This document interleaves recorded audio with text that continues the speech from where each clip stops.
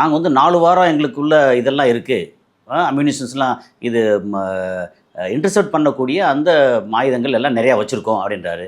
அதை வந்து அப்படியே வேற ஒருத்தர் எடுத்து என்ன சொல்கிறாரு, அவங்ககிட்ட 4 வாரம் இருக்குது திருப்பி அடிக்கிறதுக்கு.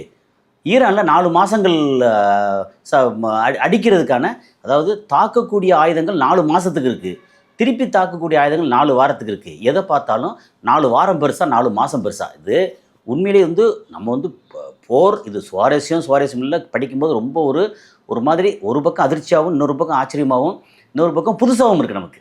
ஈரானில் இந்த மாதிரி அடிக்க வரும்போது அடி தாங்க முடியல.